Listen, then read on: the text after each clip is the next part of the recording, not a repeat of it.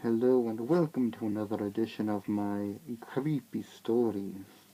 Today we shall be tackling the tale of Jeff the Killer.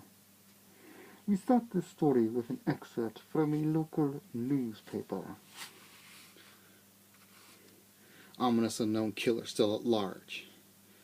After weeks of unexplained murders, the ominous unknown killer is still on the rise. After little evidence has been found, a young boy states that he survived one of the killer's attacks and bravely tells his story.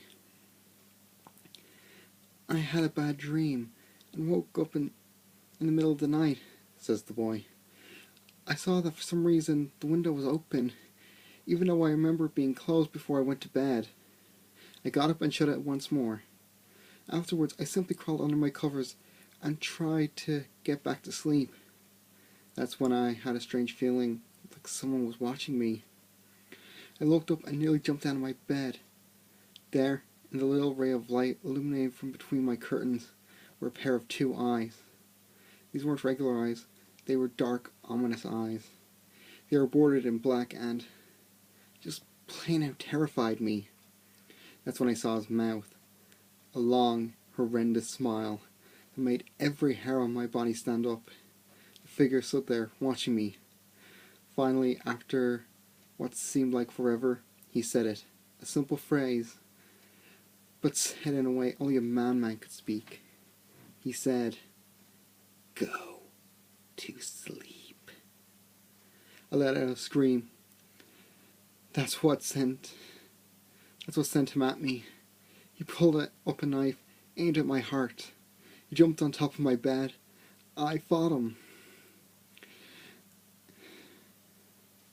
I kicked, I punched, I rolled around, trying to knock him off me. That's when my dad busted in. The man threw the knife, went into my dad's shoulder.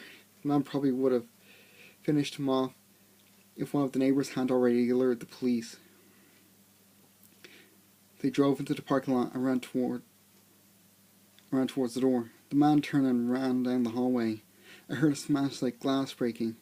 As I came out of my room, I saw the window was pointing towards the back of my house was broken.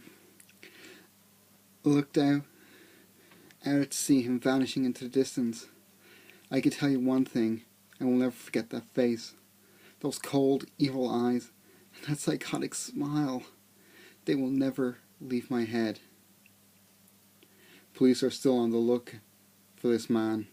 If you see anyone that fits the description in the story, please contact your local police department. Jeff and his family had just moved into a new neighborhood. His dad had gotten a promotion at work, and they thought it would be best to live in one of those fancy neighborhoods. Jeff and his brother Lou couldn't complain though. A new, better house. What was not to love? As they were getting unpacked, one of their neighbors came by. "Hello," she said. "I'm Barbara. I live across the street from you.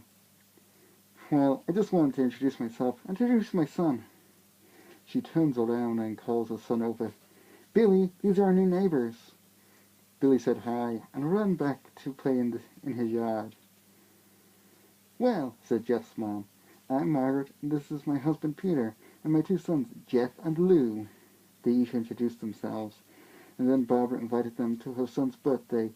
Jeff and his brother were about to object when their mother said that they would love to. When Jeff and his family were done packing, Jeff went up to his mom. "Mom, why would you invite us to some kid's party? If you haven't noticed, I'm not some dumb kid." "Jeff," said his mother, "we just moved here. We should show that we want to spend time with our neighbors. Now, we're going to that party, and that's final." Jeff started to talk, but stopped himself, knowing that he couldn't do anything whenever his mom said something. It was final. He walked up to his room and plopped down on his bed. He sat there looking at his ceiling when suddenly he got a weird feeling. Not so much a pain, but a weird feeling. He dismissed it as just some random feeling. He heard his mother call him down to get his stuff, and he walked down to get it. The next day, Jeff walked downstairs to get breakfast and got ready for school. As he sat there eating his breakfast, he once again got that feeling. This time it was stronger. It gave him a slight tugging pain, but he once again dismissed it. As he and Lou finished breakfast, they walked to the bus stop. They sat there waiting for the bus, and then all of a sudden, some kid on a skateboard jumped over them, only inches above their laps. They both jumped up in yelled surprise. "Hey, what the hell?" The kid landed and turned back to them. He kicked his skateboard up and caught it in his hand. The kid seemed to be about 12, 1 year younger than Jeff. He wears an Aeropostale shirt and ripped blue jeans. Well. It looks like we got some new meat. Suddenly 2 other kids appeared. One was super skinny and the other was huge. "Well, since you're new here, we'd like to introduce ourselves. Over there's Keith." Jeff and Lou looked over to the skinny kid. He had a dopey face he would expect a sidekick to have. "And he's Troy." He looked over at the fat kid. Talk about a tub of lard. This kid looked like he hadn't exercised since he was crawling. "And I," said the first kid, "am Randy. Now, for all the kids in this neighborhood, there's a small price for bus fare, if you catch my drift."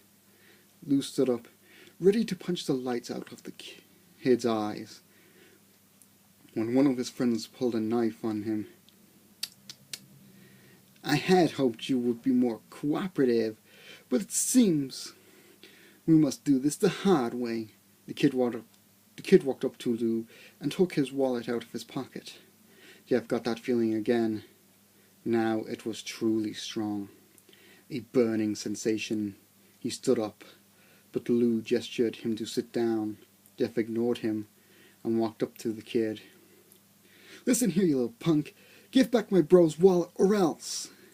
Randy put the wallet in his pocket and pulled out his own knife.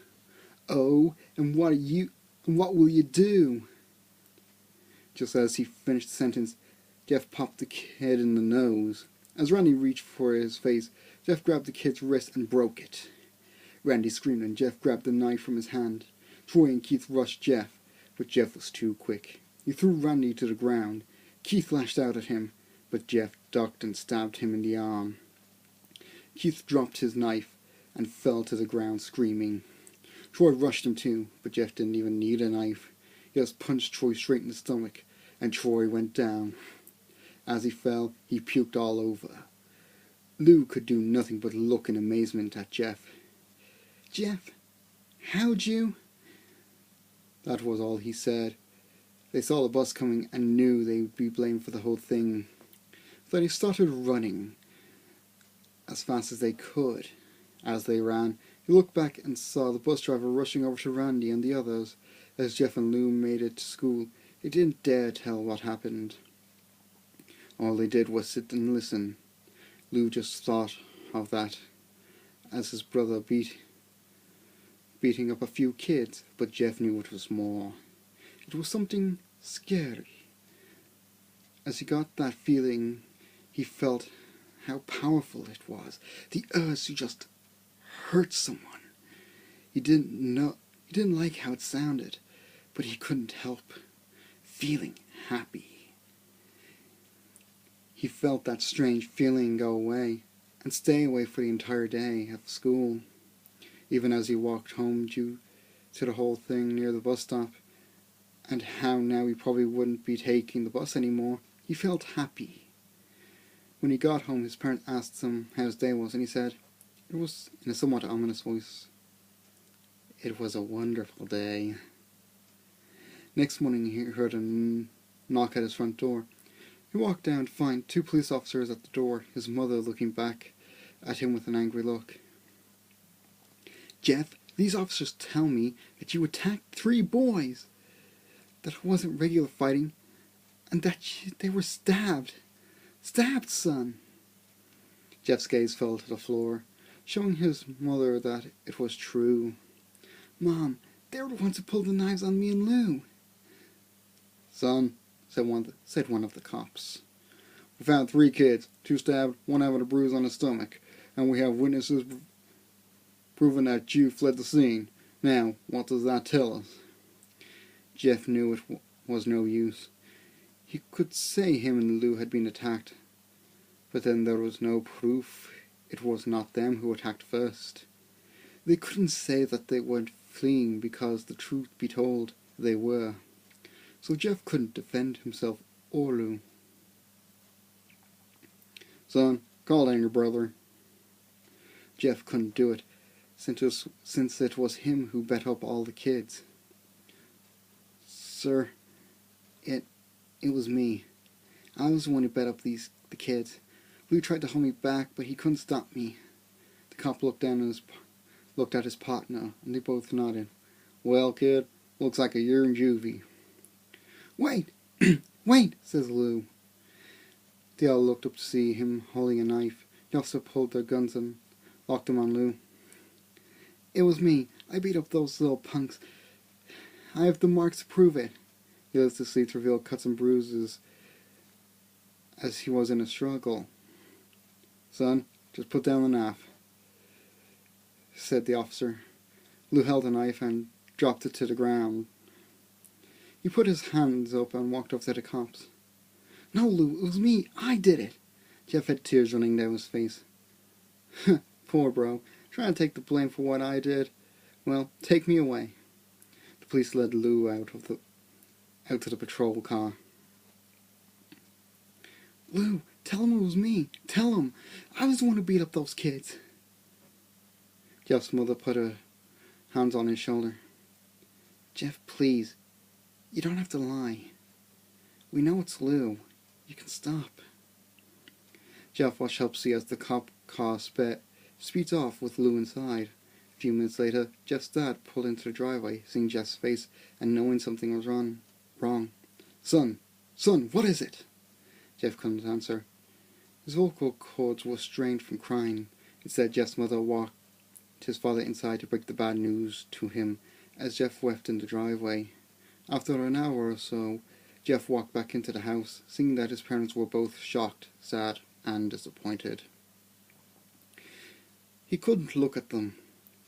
He couldn't see how they thought of Lou when it was his fault. He just wanted to sleep, trying to get the whole thing out of his mind. 2 days went by, and no word from Lou at JDC. No friends to hang out with, nothing but sadness and guilt. That is, until Saturday, when Jeff is woke up by his mother with a happy, sunshiny face. Jeff, it's the day, she said as she opened up the curtains and let light flood into his room. What's today? Asked Jeff as he stirs awake. Why, it's Billy's party. He was now fully awake. Mom, you're joking, right? You don't expect me to go to some kid's party after? There was a long pause. Jeff, we both know what happened. I think the party could be the thing that brightens up the past days. Now get dressed. Jeff's mother walked out of the room and downstairs to get ready herself. He fought himself to get up. He picked out a random shirt and a pair of jeans and walked downstairs. He saw his mother and father all dressed up. His mother in a dress and his father in a suit. He thought that why would they ever wear such fancy clothes to a kid's party? Son, is that all you're gonna wear? Said Jeff's mom. Better than wearing too much, he said. His mother pushed down the feeling to yell at him and hid it with a smile. Now, Jeff, we may be overdressed, but this is how you go if you want to make an impression, said his father. Jeff grunted and went back to his room.